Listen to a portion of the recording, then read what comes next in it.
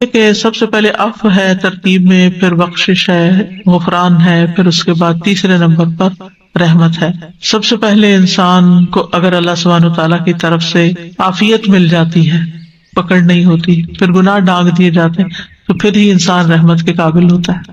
اور پھر فرمایا انت مولانا، انت مولانا فانصرنا علی القوم الکافرین، تو ہی ہمارا مولا ہے، تو ہمارا مالک ہے، تو ہمارا دوست ہے، تو ہمارا مددگار ہے۔ مولا کا لفظ بہت وسیع، اس کے اندر کئی چیزیں آتی ہیں۔ یہ اس طرح نہیں کہ انت مولا لنا، بلکہ کیا کہا انت مولانا، یعنی بہت قرب کا اظہار کیا گیا ہے۔ انت مولانا، تو ہی ہمارا مولا ہے۔ مثلا آپ کسی کو کہتے ہیں انت حبیبی، آپ میرے محبوب ہیں، یا آپ کہتے ہیں انت حبیب لی، آپ میرے لیے بہت عزیز ہیں، دونوں میں فرق ہے نا۔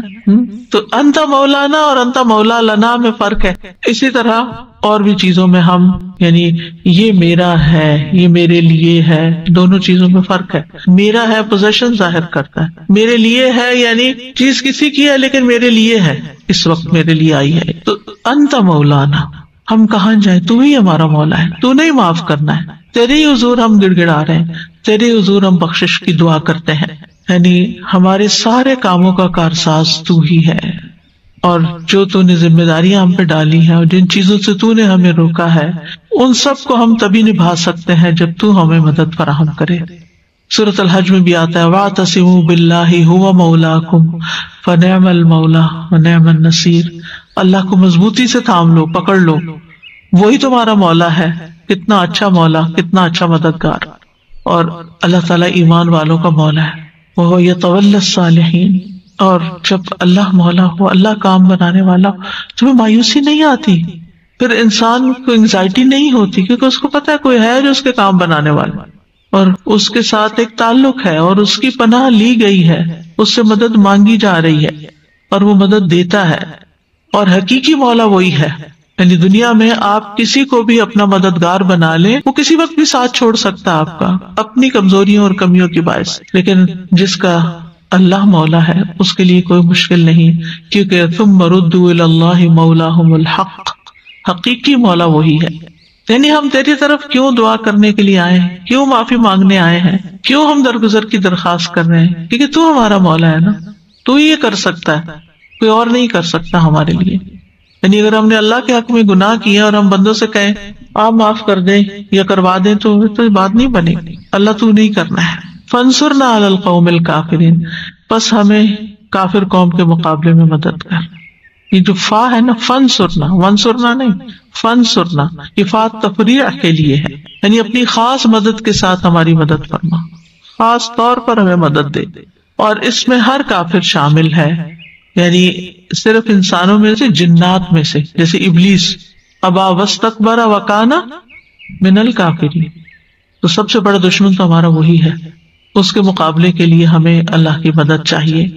اور اسی طرح بنی آدم کے جو کافر ہیں، سرکش ہیں، ان کے خلاف بھی، کیونکہ وہ بھی آپ کو اللہ کے راستے پہ چلنے سے روکتے ہیں۔ تو جب انسان یہ دعا کرتا ہے تو اللہ سبحانہ وتعالیٰ اس کا جواب دیتا ہے۔ ابن عباس کہتے ہیں جب یہ آیت نازل ہوئی وَإِن تُبْدُوا مَا فِي أَنفُسِكُمْ أَوْ تُخْفُوهُ يُحَاسِبْكُم بِهِ اللَّهُ، کہ اگر تم ظاہر کرو جو تمہارے نفسوں کے اندر ہے یا اسے چھپاؤ، اللہ تمہارا محاسبہ کرے گا۔ تو اس پر صحابہ کے دلوں میں شدید خوف کی کیفیت آئی، جو کسی اور حکم سے نہیں آئی تھی، کسی اور بات سے نہیں آئی تھی، ڈر گئے بہت زیادہ، کہ دل پر تو اختیار ہی نہیں، پتہ نہیں کہاں سے وسوسے، خیالات، کیا کچھ آ جاتا ہے اس میں۔ تو وہ نبی صلی اللہ علیہ وسلم کے پاس آئے کہ اس حکم پر عمل کرنے میں ہماری طاقت نہیں۔ تو آپ نے فرمایا کہو سمعنا و اطعنا وسلمنا، یہ نہ کہو جیسے بنی اسرائیل نے کہا سمعنا و عصینا، ہم نے سنا اور ہم نہیں مان سکتے، یہ نہیں کہو، کیونکہ صحابہ نے آ کر اس پہ تو عمل نہیں ہو سکتا، کہا نہیں کہو سمعنا و اطعنا۔ ابن عباس کہتے ہیں اس پر اللہ تعالیٰ نے ان کے دلوں میں ایمان ڈال دیا اور یہ آیت نازل کی لا یکلف اللہ نفسا الا وسعہا۔ اور جب بندوں نے یہ پڑھا تو اللہ تعالیٰ نے فرمایا میں نے ایسا کر دیا، قد فعلت، میں نے ایسا کر دیا، یعنی ربنا ولا تحمل علینا، میں نے ایسا کر دیا، واغفر لنا وارحمنا، میں نے ایسا کر دیا۔ یعنی ہر دعا پر اللہ تعالیٰ نے جواب دیا، کیونکہ ہوا قریب مجیب، کتنا قریب ہے کہ فوراً ہی ان کی ریکویسٹ مان لی گئی اور فوراً ہی جواب آ گیا۔ کہ ہو گیا، جو تم نے مانگا تمہیں دے دیا گیا۔ تو اس آیت سے جو بات سمجھ میں آتی ہے، سب سے پہلی بات یہ کہ یہ دعا اللہ تعالیٰ نے خود سکھائی ہے، جیسے سورۃ الفاتحہ میں دعا خود سکھائی، یہ دعا بھی اللہ تعالیٰ نے ہم سب کو سکھائی۔ لہذا گناہوں، کوتاہیوں، غلطیوں پر بخشش مانگنے کی سب سے بڑی دعا یہی ہے۔